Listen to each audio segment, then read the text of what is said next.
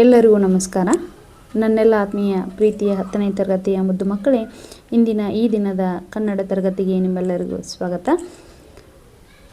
10ನೇ ತರಗತಿಯ ಕನ್ನಡ ಪಠ್ಯಪುಸ್ತಕದಲ್ಲಿರುವಂತಹ ಗದ್ಯ ಪಾಠ ವಿ ಕೃ ಗೋಕಾಕ್ರವರು ರಚನೆ ಮಾಡಿರುವಂತಹ ಲಂಡನ್ ನಗರ ಅನ್ನುವಂಥ ಪಾಠವನ್ನು ನಾವಿಂದು ಅಭ್ಯಾಸವನ್ನು ಮಾಡೋಣ.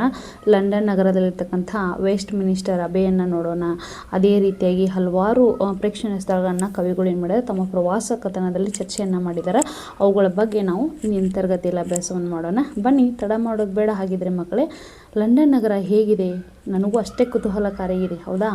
ಹೇಗಿದೆ ಅಂತ ನೋಡಲಿಕ್ಕೆ ನೀವು ಕೂಡ ಒಂದ್ಸಲ ನಾವು ಮತ್ತು ನೀವು ಕೂಡಿ ಲಂಡನ್ ನಗರಕ್ಕೆ ಹೋಗಿ ಬಂದುಬಿಡೋಣ. ಬನ್ನಿ. ಪಾಠ 7, ಲಂಡನ್ ನಗರ. ವಿ ಕೃ ಗೋಕಾಕ್ರವರ ಕವಿ ಪರಿಚಯವನ್ನು ಒಂದ್ಸಲ ನೋಡಿಕೊಂಡು ಅದಾದಮೇಲೆ ಪಾಠವನ್ನು ನೋಡ್ಕೊಳ್ಳೋಣ. ಕೃತಿಕಾರರ ಪರಿಚಯ. ವಿನಾಯಕ ಕಾವ್ಯನಾಮದಿಂದ ಪ್ರಸಿದ್ಧರಾಗಿರುವ ಡಾಕ್ಟರ್ ವಿನಾಯಕ ಕೃಷ್ಣ ಗೋಕಾಕ್ ಇವರು ಹಾವೇರಿ ಜಿಲ್ಲೆಯ ಸವಣೂರಿನವರು.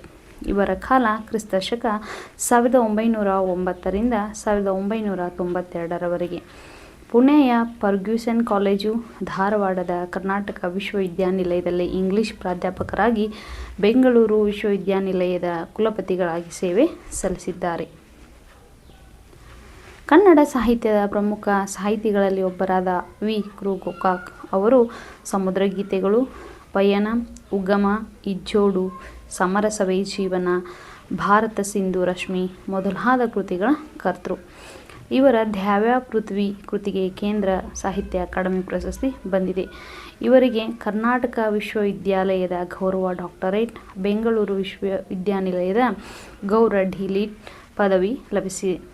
ಸಮಗ್ರ ಸಾಹಿತ್ಯಕ್ಕಾಗಿ ಜ್ಞಾನಪೀಠ ಪ್ರಶಸ್ತಿಗೂ ಭಾಜನರಾಗಿದ್ದಾರೆ. ಭಾರತ ಸರ್ಕಾರ ಪದ್ಮಶ್ರೀ ಪುರಸ್ಕಾರ ನೀಡಿ ಗೌರವಿಸಿದೆ. ನೋಡಿ ಮಕ್ಕಳೇ, ವಿನಾಯಕ ಅನ್ನುವಂಥ ಒಂದು ಕಾವ್ಯನಾಮದಿಂದ ಪ್ರಸಿದ್ಧರಾದವರು ಯಾರು? ನಮ್ಮ ಡಾಕ್ಟರ್ ವಿನಾಯಕ ಕೃಷ್ಣ ಗೋಕಾಕ್. ವಿ ಕೃ ಗೋಕಾಕ್ರವರ ಪೂರ್ಣ ಹೆಸರು ಏನಪ್ಪ ಅಂದ್ರೆ ಡಾಕ್ಟರ್ ವಿನಾಯಕ ಕೃಷ್ಣ ಗೋಕಾಕ್ ಅಂತ. ಇವರು ಹಾವೇರಿ ಜಿಲ್ಲೆಯ ಸವಣೂರಿನವರು. ಇವರ ಕಾಲಮಾನ ಯಾವಪ್ಪ ಅಂತಂದ್ರೆ 1909ರಿಂದ 1992ರಲ್ಲಿ.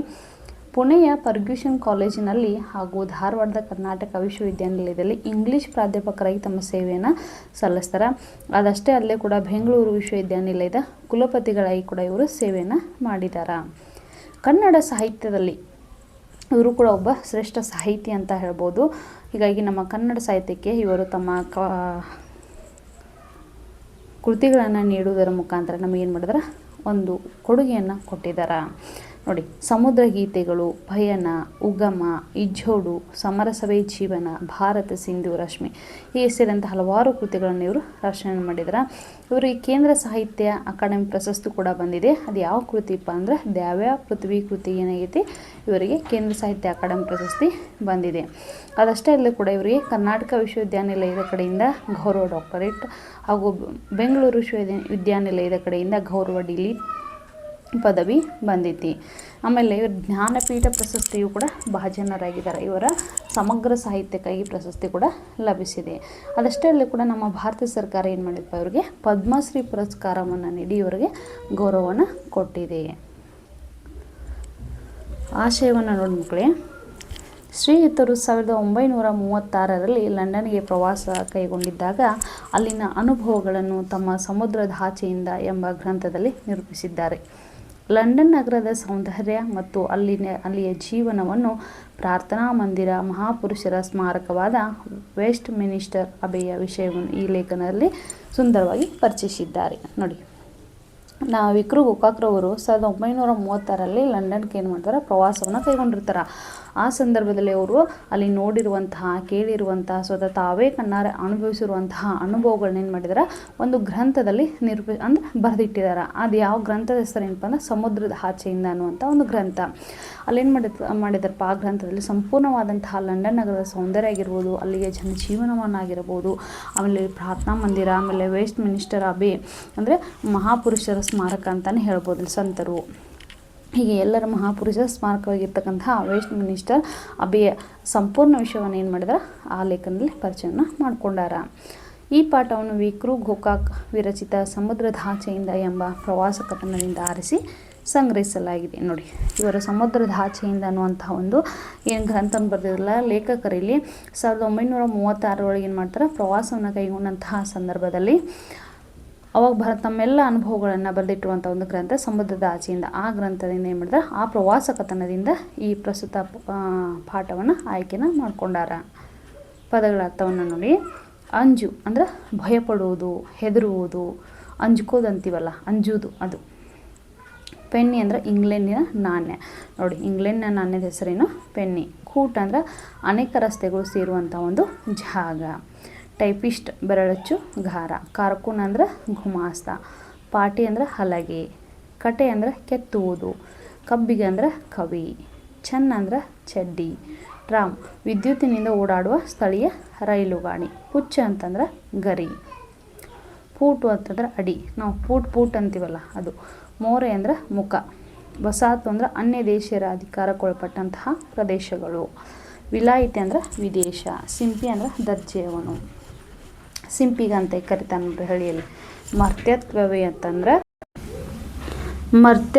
ಅಂತಂದ್ರೆ ಮನುಷ್ಯನ ಸ್ವಭಾವ. ಸೀಲಿಂಗ್ ಇಂಗ್ಲೆಂಡಿನ ಒಂದು ಬೆಳ್ಳಿಯ ನಾಣ್ಯ. ನೋಡಿ, ಪೆನ್ನಿ ಅಂದರೆ ಇಂಗ್ಲೆಂಡಿನ ನಾಣ್ಯ, ಒಂದು ಬೆಳ್ಳಿಯ ನಾಣ್ಯಕ್ಕೆ ನಂತರ ಸೀಲಿಂಗ್ ಅಂತ ಕರೀತಾರೆ. ಸ್ಟೇಷನರಿ ಲೇಖನ ಸಾಮಗ್ರಿಗಳು ಅಥವಾ ಇನ್ನಿತರ ಹಲವಾರು ವಸ್ತುಗಳು ದೊರೆಯುವಂಥ ಒಂದು ಮಳಿಗೆ ಅಂತಲೇ ಹೇಳ್ಬೋದು, ಸ್ಟೇಷನರಿ ಅಂತ ಕರಿತೀವಿ. ಟಿಪ್ಪಣಿಗಳು ನೋಡಿ ಮಕ್ಕಳೇ. ಗೋಲ್ಡ್ ಸ್ಮಿತ್ 1728 ಐರ್ಲೆಂಡ್ನಲ್ಲಿ ಜನಿಸಿದ ಪ್ರಸಿದ್ಧ ಇಂಗ್ಲಿಷ್ ಲೇಖಕ. ನೋಡಿ, ಗೋಲ್ಡ್ ಸ್ಮಿತ್ ಯಾರಪ್ಪ ಅಂತಂದರೆ ಇವ ಐರ್ಲೆಂಡ್ ಒಳಗೆ ಜನಿಸಿರತಕ್ಕಂಥ ಒಬ್ಬ ಪ್ರಸಿದ್ಧ ಇಂಗ್ಲಿಷ್ ಲೇಖಕ. 1728 ಗ್ಲಾಡ್ಸ್ಟನ್ ಅಂತಂದರೆ 1809 ಲಿವರ್ಪೂಲಿನಲ್ಲಿ ಜನಿಸಿದ 19ನೇ ಶತಮಾನದ ಪ್ರಸಿದ್ಧ ಬ್ರಿಟಿಷ್ ರಾಜ್ಯ ತಂತ್ರಜ್ಞ. 4 ಸಾರಿ ಇಂಗ್ಲೆಂಡ್ನ ಪ್ರಧಾನಿಯಾಗಿದೆ. ನೋಡಿ, ಗ್ಲಾಡ್ಸ್ಟನ್ ಅಂತ ಅವನು 19ನೇ ಶತಮಾನದಲ್ಲಿ ಪ್ರಸಿದ್ಧ ಬ್ರಿಟಿಷ್ ಒಬ್ಬ ರಾಜ್ಯ ತಂತ್ರಜ್ಞ. ಹೌದಾ, ಈತ ಒಟ್ಟು ಎಷ್ಟು ಸಾರಿ ಪ್ರಧಾನಿಯಾಗಿದೆ ಅಂದರೆ ಇಂಗ್ಲೆಂಡ್ ಹೋಗ 4 ಬಾರಿ. ಡಿಸ್ರೇಲಿ ಅಂತಂದರೆ 1804 ಲಂಡನ್ನಲ್ಲಿ ಜನಿಸಿದ ಈತ ಬ್ರಿಟಿಷ್ ರಾಜಕಾರಣಿ ಮತ್ತು ಲೇಖಕ. ಕಿಪ್ಲಿಂಗ್ ಅಂತಂದರೆ 1865 ಸ್ಟಾಫರ್ಡ್ ಶೈರಿಯಲ್ಲಿ ಜನಿಸಿದ ಈತ ಇಂಗ್ಲೆಂಡಿನ ಪ್ರಸಿದ್ಧ ಲೇಖಕ. ನೋಡಿ, ಕ್ಲಿಪ್ಪಿಂಗ್ ಯಾರಪ್ಪ ಅಂದ್ರೆ ಸ್ಟಾಫರ್ಡ್ ಶೈರಿಯಲ್ಲಿ ಜನಿಸಿರ್ತಕ್ಕಂಥ ಇಂಗ್ಲೆಂಡ್ನ ಒಬ್ಬ ಪ್ರಸಿದ್ಧ ಲೇಖಕ. ಜಾನ್ಸನ್ 1709 ಸ್ಟಾಫರ್ಡ್ ಶೈರಿನಲ್ಲಿ ಜನಿಸಿದ ಈತ ಇಂಗ್ಲೆಂಡ್ನ ಪ್ರಸಿದ್ಧ ಲೇಖಕ. ಈತನು ಕೂಡ ಜಾನ್ಸನ್ ಒಬ್ಬ ಇಂಗ್ಲೆಂಡ್ನ ಪ್ರಸಿದ್ಧ ಲೇಖಕ. ಡ್ರೈಡನ್ 1631 ಇಂಗ್ಲೆಂಡ್ನಲ್ಲಿ ಜನಿಸಿದ ಪ್ರಸಿದ್ಧ ವಿಮರ್ಶಕ ಮತ್ತು ಭಾಷಾಂತರಕಾರ. ವರ್ಡ್ಸ್ವರ್ತ್ 18ನೇ ಶತಮಾನದ ಮಹೋನ್ನತ ಆಂಗ್ಲ ಕವಿ, ಬ್ರಿಟನ್ನಿನ ರಾಷ್ಟ್ರಕವಿಯನ್ನು ಕರೀತಾರೆ ವರ್ಡ್ಸ್ವರ್ತ್ನ. ನ್ಯೂಟನ್ 1642 ಲಂಡನ್ನಲ್ಲಿ ಜನಿಸಿದ ಈತ ಬ್ರಿಟನ್ನಿನ ಪ್ರಸಿದ್ಧ ವಿಜ್ಞಾನಿ. ಚಲನ ನಿಯಮವನ್ನು ಕಂಡುಹಿಡಿದಿದ್ದಲ್ಲದೆ ಬೆಳಕು 7 ವರ್ಣಗಳಿಂದ ಕೂಡಿದೆ ಎಂಬುದನ್ನು ಸಿದ್ಧಪಡಿಸಿದ. ನೋಡಿ, ನ್ಯೂಟನ್ ಯಾರಪ್ಪ ಅಂತಂದ್ರೆ ಈತ 1642 ಲಂಡನ್ ಒಳಗೆ ಜನಿಸ್ತಾನ. ಈತ ಬ್ರಿಟನ್ನ ಪ್ರಸಿದ್ಧ ಒಬ್ಬ ವಿಜ್ಞಾನಿ. ಚಲನ ನಿಯಮವನ್ನು ಕಂಡುಹಿಡಿದಾನ. ಅಷ್ಟೆಲ್ಲ ನ್ಯೂಟನ್ನ ನಿಯಮಗಳು ಅಂತ ಕರಿತೇವೆ. ನೋಡಿ, 3 ನಿಯಮಗಳು ಅವು. ಆಮೇಲೆ ಬೆಳಕು ಒಟ್ಟು 7 ವರ್ಣಗಳಿಂದ ಕೂಡಿದೆ ಅಂತೇಳಿ ಎಂಬುದನ್ನು ಸಿದ್ಧಪಡಿಸ್ತಾನ.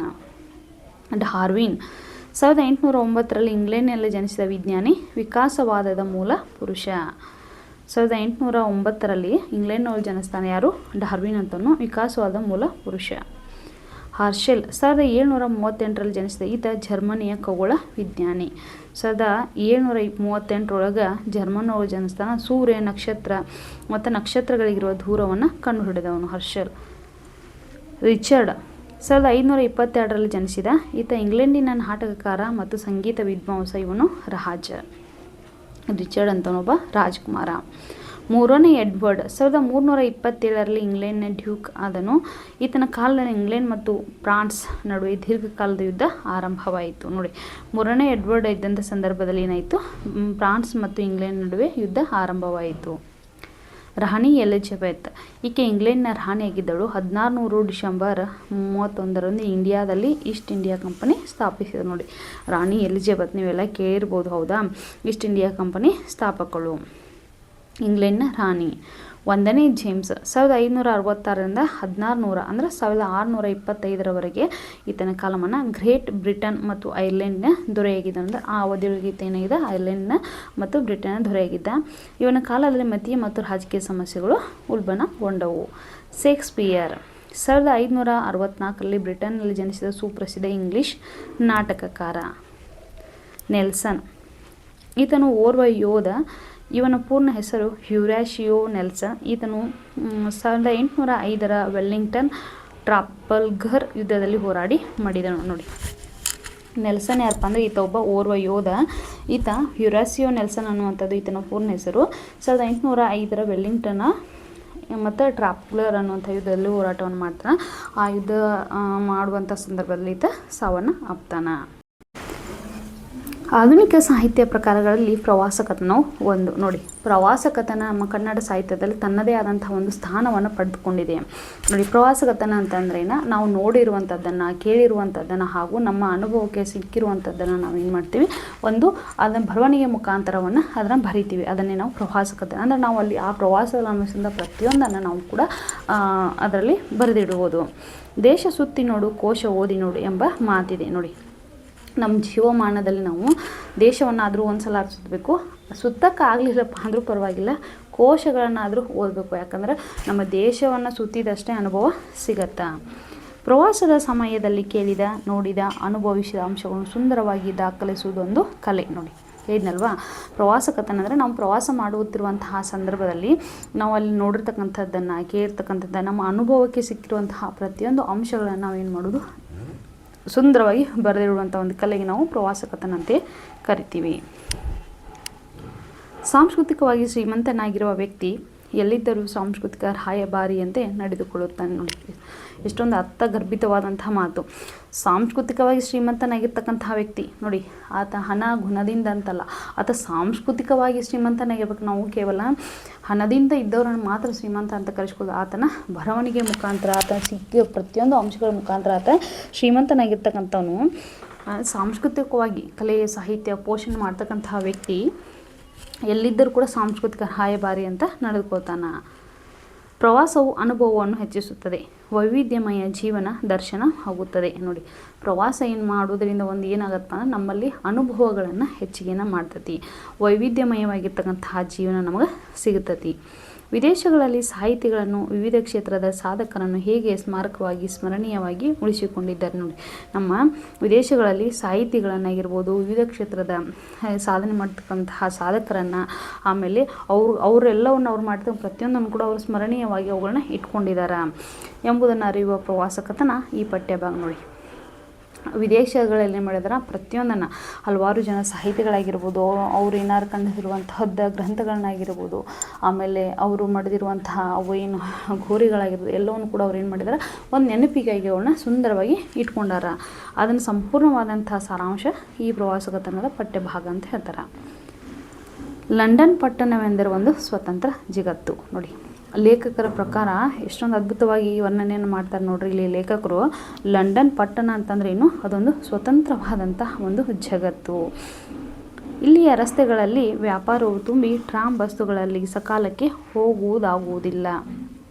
ಬಹಳ ಹೊತ್ತು ನಡುವೆ ನಿಲ್ಲಬೇಕಾಗುತ್ತದೆ. ನೋಡಿ, ಏನು ಹೇಳ್ತಾರಪ್ಪ ಅಂತಂದ್ರೆ, ಲೇಖಕ ಪ್ರಕಾರ ಲಂಡನ್ ಅಂತಂದ್ರೇನು, ಇದೊಂದು ಲಂಡನ್ ನಗರ ಅಂತಂದ್ರೆ ಒಂದು ಸ್ವತಂತ್ರವಾದಂತಹ ಜಗತ್ತು. ಅಲ್ಲಿ ಇರ್ತಕ್ಕಂತಹ ಪ್ರತಿಯೊಂದು ರಸ್ತೆಗಳಲ್ಲಿ ವ್ಯಾಪಾರ ಪ್ರತಿದಿನ ಬೆಳಗ್ಗೆಯಿಂದ ಹಿಡಿದು ಸಾಯಂಕಾಲವರೆಗೂ ಕೂಡ ಏನಾಗುತ್ತೆ, ವ್ಯಾಪಾರ ನಡೀತಾನೆ ಇರುತ್ತೆ. ಹೀಗಾಗಿ ಅತ್ಯಂತ ವ್ಯಾಪಾರ ತುಂಬಿ ತುಳುಕ್ತಾ ಇರುವಂತಹ ಲಂಡನ್ ನಗರದಲ್ಲಿ ಟ್ರಾಮ್ ಬಸ್ಸುಗಳಲ್ಲಿ ಸಕಾಲಕ್ಕೆ ಸಿಗುವುದಿಲ್ಲ, ಅದರಲ್ಲಿ ಹೋಗಲಿಕ್ಕೆ ಆಗುವುದಿಲ್ಲ. ಟ್ರಾಮ್ ಅಂತಂದ್ರೆ ಅವು ವಿದ್ಯುತ್ತಿನಿಂದ ಓಡಾಡ್ತಕ್ಕಂತಹ ಒಂದು ಸ್ಥಳೀಯ ರೈಲು ಗಾಡಿ ಅಂತ ಕರಿತೀವಿ. ಅದರಲ್ಲಿ ಹೋಗಲಿಕ್ಕೆ ಆಗುವುದಿಲ್ಲ. ಬಹಳ ಹೊತ್ತು ಏನಕ್ಕತಿ ಅಂದರೆ ಈ ವ್ಯಾಪಾರದಿಂದ ಜಂಗುವಿಂದ ತುಂಬಿ ಸಾಕಷ್ಟು ಅದು ಟ್ರಾಫಿಕ್ ಜಾಮ್ ಆಕೈತೆ ಅಂತ ಹೇಳ್ತಿಲ್ಲ, ಹಂಗೆ ಆಗೋದ್ರಿಂದ ಏನಾಕತಿ ನಡುವೆ ನಮ್ಗೆ ಎಲ್ಲಿ ಬೇಕಲ್ಲಿ ನಿಲ್ಬೇಕಾಗ್ತತಿ.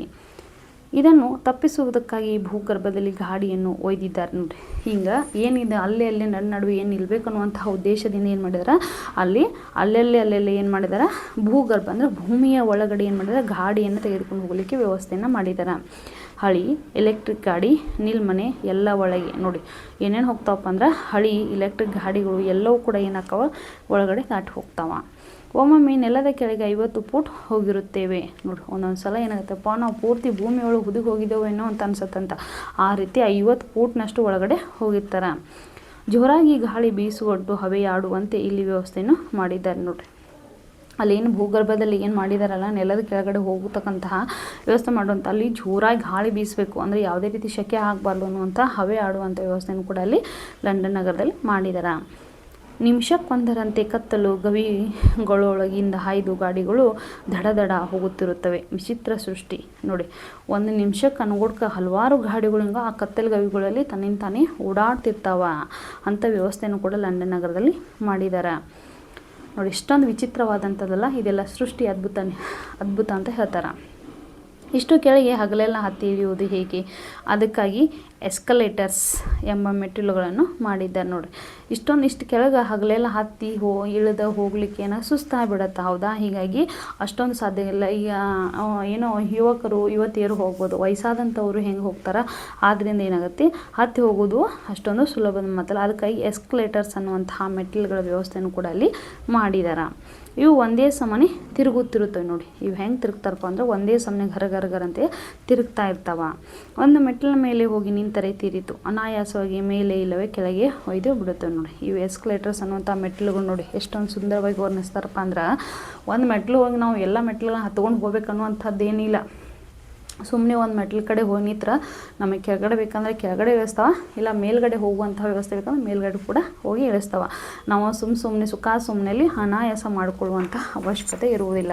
ಹೀಗಾಗಿ ನಾವು ಕೆಳಗಡೆ ಬೇಕಾದ್ರೆ ಕೆಳಗಡೆ ಒಂದು ಮೆಟ್ಲ ಕಡೆ ನಿಂದಿರಬೇಕು, ಮೇಲ್ಗಡೆ ಬೇಕಾದ್ರೆ ಮೇಲ್ಗಡೆ, ಯಾವ ಕಡೆ ಹೋಗ್ಬೇಕಲ್ಲ ಆ ಕಡೆ ದಿಕ್ಕಿನ ಕಡೆ ಹೋಗುವಾಗ ಅಲ್ಲಿ ಹೋಗಿ ನಿಂತ್ರ ಅವ್ರು ನಮ್ಮನ್ನು ಎಲ್ಲಿ ಹೋಗ್ಬೇಕಲ್ಲ ಅಲ್ಲಿ ಹೋಗಿ ಬಿಡುತ್ತಾವ ಅಂತ ಹೇಳ್ತಾರೆ.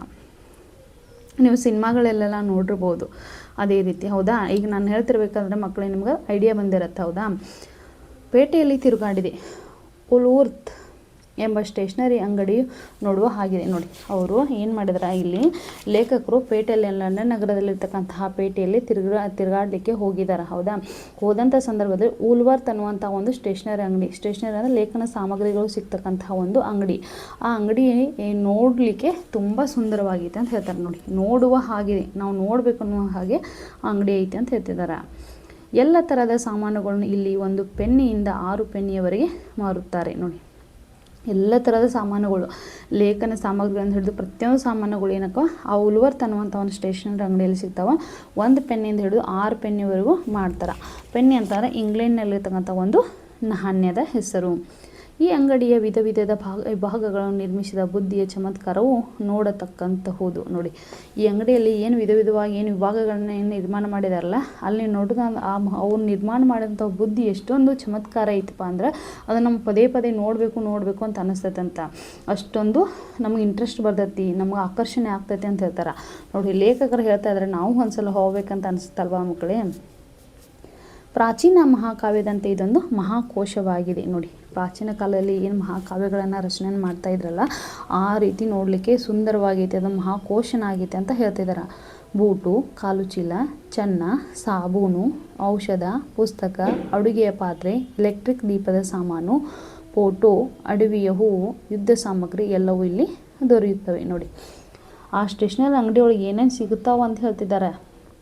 ನೋಡಲಿಕ್ಕೆ ತುಂಬ ಸುಂದರವಾದಂಥ ಅಂಗಡಿ. ಅಲ್ಲಿ ಪ್ರತಿಯೊಂದು ನಮ್ಗೆ ವಿಭಾಗಗಳು, ಬೇರೆ ವಿಭಾಗಗಳದ ಎಲ್ಲ ವಸ್ತುಗಳು ನಮ್ಗಲ್ಲಿ ಸಿಗ್ತಾವೆ. 1 ಪೆನ್ನಿಂದ ಹಿಡಿದು 6 ಪೆನ್ನಿವರೆಗೆ ಸಿಗುವಂಥ ಅಂಗಡಿಯಲ್ಲಿ ಏನೇನು ಸಿಗ್ತಾವೆ ಅಂತಾರೆ, ಬೂಟ್ ಸಿಗ್ತಾವ, ಕಾಲ್ಚೀಲ್ಗ ಸಿಗ್ತಾವ, ಚೆನ್ನ ಅಂದರೆ ಚಡ್ಡಿ ಅಂತ ಹೇಳ್ತಾರೆ, ಸಾಬೂನು, ಔಷಧ, ಪುಸ್ತಕ ಮತ್ತು ಅಡುಗೆ ಸಂಬಂಧಪಟ್ಟಂತಹ ಪಾತ್ರೆಗಳು, ಆಮೇಲೆ ಎಲೆಕ್ಟ್ರಿಕ್ ದೀಪಕ್ಕೆ ಸಂಬಂಧಪಟ್ಟಂತಹ ಪ್ರತಿಯೊಂದು ವಸ್ತುಗಳು, ಫೋಟೋ ಆಗಿರ್ಬೋದು, ಅಡವಿಯ ಹೂಗಳಾಗಿರ್ಬೋದು, ಯುದ್ಧಕ್ಕೆ ಬೇಕಾಗಿರುವಂತಹ ಸಾಮಗ್ರಿಗಳಾಗಿರ್ಬೋದು, ಎಲ್ಲ ಕೂಡ ಆ ಉಲ್ವರ್ತ್ ಅನ್ನುವಂಥ ಸ್ಟೇಷನರಿ ಅಂಗಡಿಯಲ್ಲಿ ಸಿಗ್ತಾವಂತ ಹೇಳ್ತಾರೆ.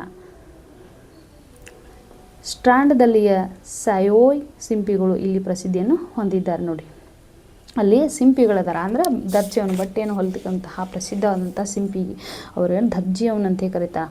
ಅವರು ಕೂಡ ಅಲ್ಲಿ ಸ್ಟ್ರಾಂಡದಲ್ಲಿರ್ತಕ್ಕಂಥ ಸಯೋಯ್ ಅನ್ನುವಂಥ ಸಿಂಪಿಗಳಲ್ಲಿ ತುಂಬ ಪ್ರಖ್ಯಾತಿಯನ್ನು ಹೊಂದಿದ್ದಾರೆ.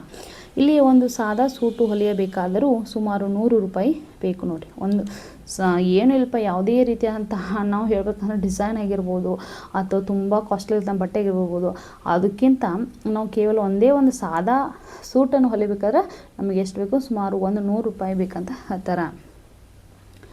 ಆದರೆ 50 ಸಿಲ್ಲಿಂಗ್ ಟೇಲರ್ಸ್ 50 ಸೀಲಿಂಗಿನ ಸಿಂಪಿಗಳು ಎಂಬ ಒಂದು ಸಂಸ್ಥೆಯ ಶಾಖೆಯು ಎಲ್ಲ ಕಡೆ ಇವೆ. ನೋಡಿ ಇಲ್ಲಿ ₹100 ಒಂದು ಸಾದಾ ಬಟ್ಟೆಯನ್ನು ಹೊಲಿಸ್ಬೇಕಂದ್ರೆ ನಮಗೇನು ಬೇಕು, ₹100 ಬೇಕು. ಆದರೆ 50 ಸಿಲ್ಲಿಂಗ್ ಟೇಲರ್ಸ್ ಅನ್ನುವಂಥವ್ರು 50 ಸಿಲ್ಲಿಂಗ್ನ ಸಿಂಪಿಗಳನ್ನಂಥವ್ರಿಂದ ಅಂತಹ ಸಂಸ್ಥೆಗಳಿಂದ ಆ ಅಂಗಡಿಯಲ್ಲಿ ಶಾಖೆಗಳು ಎಲ್ಲ ಕಡೆ ಅದಾವ ಅಂತ ಹೇಳ್ತಾರೆ.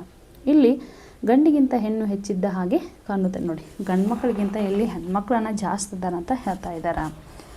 ಎಲ್ಲ ಅಂಗಡಿಗಳಲ್ಲಿ ಸಾಮಾನ್ಯವಾಗಿ ಸ್ತ್ರೀಯರೇ ಕೆಲಸ ಮಾಡುತ್ತಾರೆ. ನೋಡಿ ಅಲ್ಲಿರ್ತಕ್ಕಂಥ ಏನು ಓಲ್ವರ್ತ್ ಅನ್ನುವಂಥ ಸ್ಟೇಷ್ನರಿ ಅಂಗಡಿ ಐತಲ್ಲ, ಆ ಸ್ಟೇಷ್ನರಿ ಅಂಗಡಿಯಲ್ಲಿ ಗಂಡು ಮಕ್ಕಳಿಗಿಂತ ಹೆಣ್ಮಕ್ಳು ಏನು ಮಾಡ್ತಾಯಿದ್ದಾರೆ, ಹೆಚ್ಚಾಗಿ ಕೆಲಸವನ್ನು ಮಾಡ್ತಾರೆ. ಉಪಹಾರ ಗೃಹಗಳಲ್ಲಿ ಇಲ್ಲಿ ಮಾಣಿಗಳಿಲ್ಲ. ಬೆಂಗಳೂರಿನ ಮಾತಿನಲ್ಲಿ ಹೇಳುವುದಾದರೆ ಅಮ್ಮಣ್ಣಿಗಳಿರುತ್ತಾರೆ. ನೋಡಿ ಇಲ್ಲಿ ಎಲ್ಲ ಅಂಗಡಿಗಳಲ್ಲಿ ಸಾಮಾನ್ಯ ಸ್ತ್ರೀಯರೇ ಕೆಲಸ ಮಾಡ್ತಾರೆ. ಉಪಹಾರ ಗೃಹಗಳಲ್ಲಿರ್ತಕ್ಕಂತಹ ಮಾಣಿಗಳಂತ ಯಾರೂ ಇಲ್ಲ. ನಮ್ಮ ಬೆಂಗಳೂರು ಭಾಷೆ ಹೇಳ್ತಾ ಇದ್ದಾರೆ ಲೇಖಕರು ಇಲ್ಲಿ, ಹೌದಾ, ಅಮ್ಮನಿಗಳು ಇರ್ತಾರಂತ ಹೇಳ್ತಾರೆ. ಯಾವುದಾದ್ರೂ ಒಂದು ದೊಡ್ಡ ಅಂಗಡಿಗೆ ಹೋದರೆ ಅಲ್ಲಿಯ ಟೈಪಿಸ್ಟ್, ಕಾರಕೂನ ಒಬ್ಬ ಹೆಣ್ಣು ಮಗಳು. ನೋಡಿ ಯಾವುದಾದ್ರೂ ಒಂದು ದೊಡ್ಡ ಅಂಗಡಿಗೆ ಹೋದರೆ ಸಾಕು, ಅಲ್ಲಿ ಟೈಪಿಸ್ಟ್ ಯಾರು ಇರ್ತಾರೆ, ಕಾರ್ಕೊಂಡ್ರವ್ರು ಯಾರು ಇರ್ತಾರೆ ಅಂದರೆ ಗುಮಾಸ ಅಂತ ಏನು ಕರಿತೀವಲ್ಲ, ಆ ಗುಮಾಸರು ಕೂಡ ಒಬ್ಬ ಹೆಣ್ಮಗಳ ಆಗಿರ್ತಾನೆ. ಸಿನಿಮಾ ಗೃಹದಲ್ಲಿ ನಿಮ್ಮ ಜಾಗವನ್ನು ಹುಡುಕಿ ಕೊಡುವವರು ಹೆಣ್ಣು. ನೋಡಿ ಅಲ್ಲಿ ಗಂಡು ಮಕ್ಕಳಿಗಿಂತ ಹೆಣ್ಮಕ್ಳು ಹೆಚ್ಚಾಗಿ ಕೆಲಸ ಮಾಡ್ತಿದ್ದಾರೆ. ಅದರಲ್ಲೂ ಎಲ್ಲೆಲ್ಲಿ ಯಾವ್ಯಾವ ವಿಭಾಗದಲ್ಲಿ ಕೆಲಸ ಮಾಡ್ತಾರೆ ಅಂತ ಲೇಖಕರು ವರ್ಣನೆಯನ್ನು ಮಾಡ್ತಿದ್ದಾರೆ. ಟೈಪಿಸ್ಟ್, ಕಾರಕುನಿಂದ ಹಿಡಿದು ಸಿನಿಮಾಗೃಹದಲ್ಲಿ ನಮಗೆ ಜಾಗವನ್ನು ಹುಡುಕಿ ಕೊಡೋರು ಕೂಡ ಹೆಣ್ಮಕ್ಳೇ.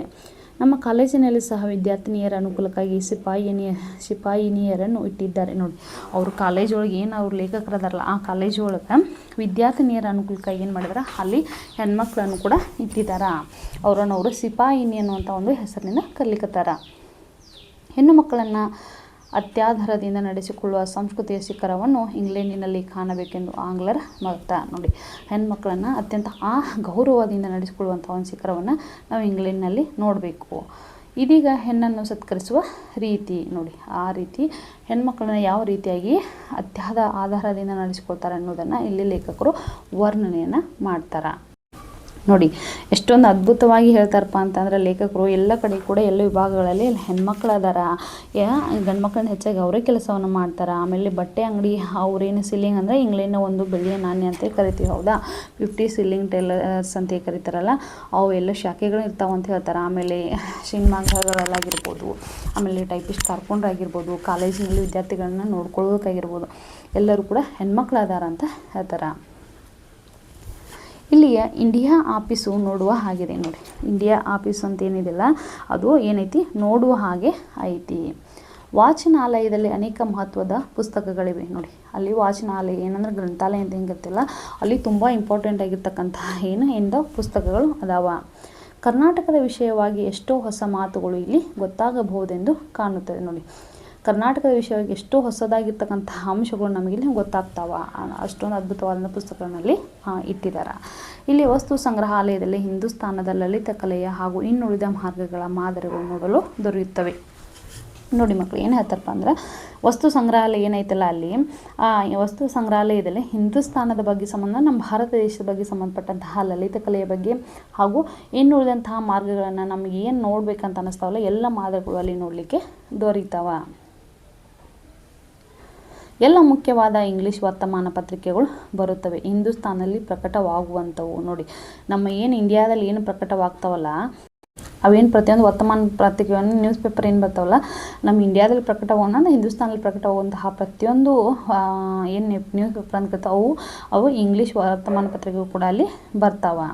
ಈ ಕಚೇರಿ ಇದ್ದ ಚೇರಿಂಗ್ ಕ್ರಾಸ್ ಎಂಬ ಓಣಿಯಲ್ಲಿ ಆಂಗ್ಲರ ಸಾಮ್ರಾಜ್ಯ ವೈಭವವು ಕಂಡುಬರುವುದು. ನೋಡಿ ಈ ಕಚೇರಿ ಇರ್ತಕ್ಕಂತಹ ಚೇರಿಂಗ್ ಕ್ರಾಸ್ ಅನ್ನುವಂಥ ಒಂದು ಓಣಿಯಲ್ಲಿ ಏನಾಗಿತ್ತಪ್ಪ ಅಂತಂದ್ರೆ ಅಲ್ಲಿ ಆಂಗ್ಲರ ಸಾಮ್ರಾಜ್ಯ ವೈಭವ ಅದು ಯಾವ ರೀತಿ ಐತೆ ಅನ್ನೋದನ್ನು ಅಲ್ಲಿ ಹೇಳ್ತಾರೆ, ಅದು ಕಂಡು ಬರ್ತದೆ ಅಂತ ಹೇಳ್ತಾರೆ.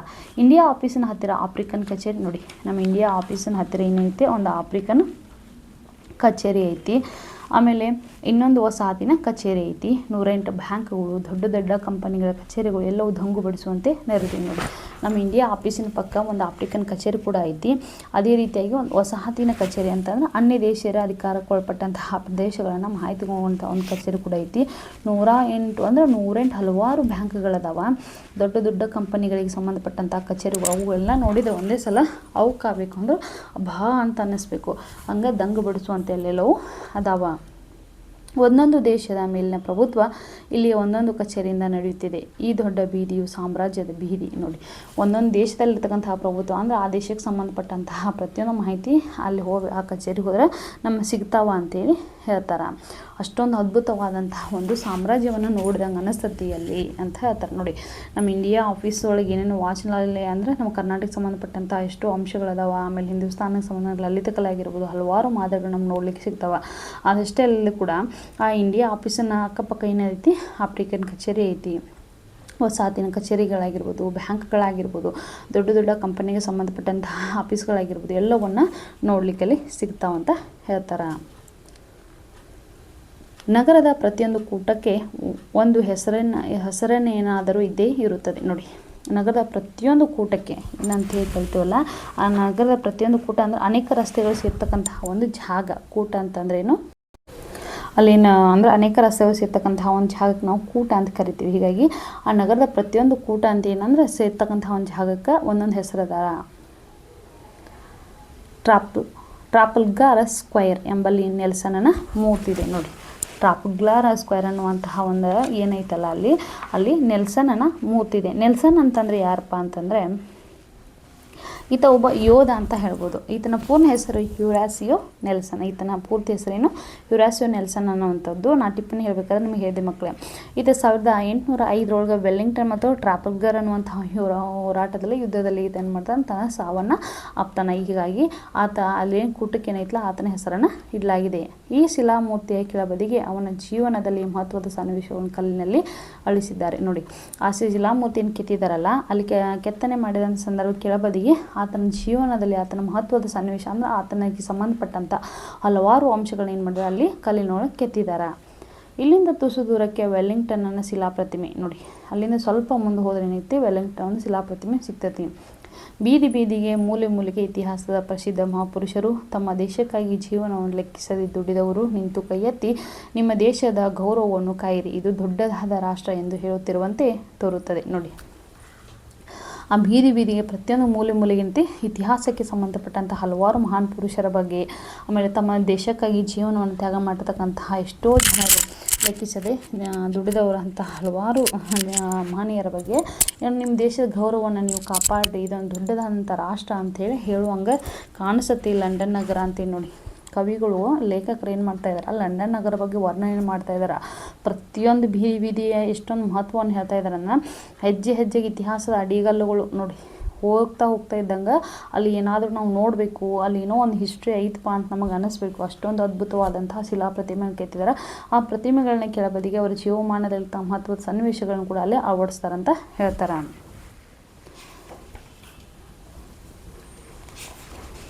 ಬೀದಿಯಲ್ಲಿ ಲಕ್ಷ ಜನರು ತಿರುಗಾಡುತ್ತಾರೆ. ನೋಡಿ, ಆ ಲಂಡನ್ ನಗರದಲ್ಲಿ ಏನೈತಿ, ಬೀದಿಯಲ್ಲಿ ಪ್ರತಿಯೊಬ್ಬರು ಲಕ್ಷ ಅಂದರೆ ಸಿಕ್ಕಾಪಟ್ಟೆ ಜನರು ಏನು ಮಾಡ್ತಾರೆ, ತಿರುಗಾಡ್ತಿರ್ತಾರೆ. ಅವಸರದಿಂದ ಓಡುತ್ತಾರೆ. ನೋಡಿ, ಅವಸರದಿಂದ ಕೆಲಸಕ್ಕೆ ಹೋಗ್ತಿರೋರು ಅವಸರದಿಂದ ಓಡ್ತಾರೆ. ಟೈಮ್ ಈಸ್ ಮನಿ. ಹೊತ್ತೇ ಹಣ. ಇದು ಅಕ್ಷರಶಃ ವಿಲಾಯಿತಿಯಲ್ಲಿ ನಿಜವಾಗಿದೆ. ನೋಡಿ, ಅಲ್ಲಿ ಜನ ಏನಂತಾರೆ, ಲಕ್ಷ ಜನರು ಏನು ಮಾಡ್ತಿರ್ತಾರೆ, ಅವರು ಸಿಕ್ಕಾಪಟ್ಟೆ ಬ್ಯುಸಿಯಾಗಿರ್ತಾರೆ. ಅವಸರದಿಂದ ತಮ್ಮ ಕೆಲಸಕ್ಕೆ ಹೋಗ್ತಿರ್ತಾರೆ. ಅವ್ರು ಯಾವುದಕ್ಕೆ ಹೆಚ್ಚಾಗಿ ಬೆಲೆಯನ್ನು ಕೊಡ್ತಾರಪ್ಪ ಅಂದರೆ ಟೈಮ್ ಅಂದರೆ ವೇಳೆಗೆ ತುಂಬ ಬೆಲೆಯನ್ನು ಕೊಡ್ತಾರೆ. ನಾವು ವೇಳೆಗೆ ಗೌರವ ಕೊಟ್ಟರೆ ನಮ್ಮ ಹಣ ತಾನಾಗಿ ಬರ್ತೈತೆ ಅನ್ನುವಂಥದ್ದು ಅವರ ಕಲ್ಪನೆ.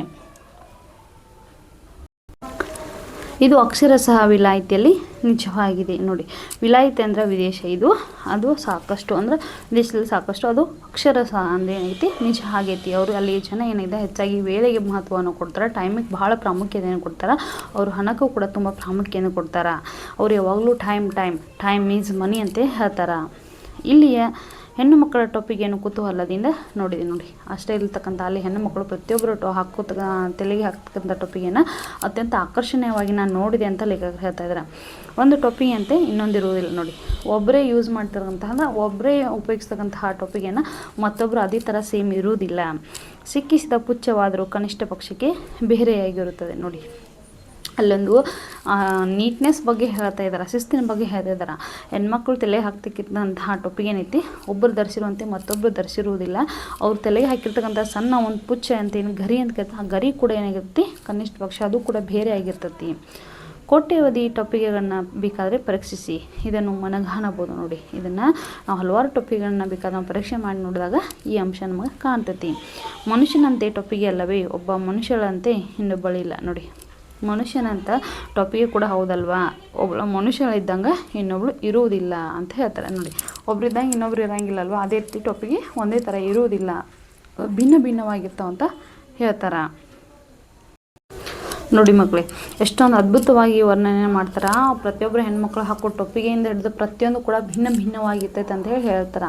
ಲೇಖಕರು ತಮ್ಮ ಪ್ರವಾಸ ಕಥನದಲ್ಲಿ ತಮ್ಮ ಪ್ರವಾಸ ಮಾಡುವಂತಹ ಸಂದರ್ಭದಲ್ಲಿ ತಾವು ಕಂಡು ಕೇಳಿರ್ತಕ್ಕಂತಹ ಮತ್ತು ಅನುಭವಿಸಿದಂತಹ ಅನುಭವಗಳನ್ನು ಎಲ್ಲವೂ ತುಂಬ ಅದ್ಭುತವಾಗಿ ವರ್ಣನೆ ಮಾಡ್ತಾರೆ. ಈ ವರ್ಣನೆಯನ್ನು ನೋಡ್ತಾ ನೋಡ್ತಾ ಹೋದರೆ ನಮಗೂ ಕೂಡ ಲಂಡನ್ ಪ್ರವಾಸಕ್ಕೆ ಹೋಗ್ಬೇಕಂತ ಅನಿಸುತ್ತಲ್ವಾ. ಸರಿ, ನಾವು ಒಂದಲ್ಲ ನಮ್ಮ ಜೀವಮಾನದಲ್ಲಿ ಒಂದು ಸಲ ಆದರೂ ಹೋಗಿ ಬರೋಣ ಮಕ್ಕಳೇ. ಈ ದಿನ ತರಗತಿಯಲ್ಲಿ ನಾವು ಇಲ್ಲಿವರೆಗೆ ಅಭ್ಯಾಸ ಮಾಡೋಣ. ನಾಳೆ ದಿನ ತರಗತಿಯಲ್ಲಿ ಮುಂದುವರೆದಂಥ ಭಾಗವನ್ನು ನೋಡೋಣ.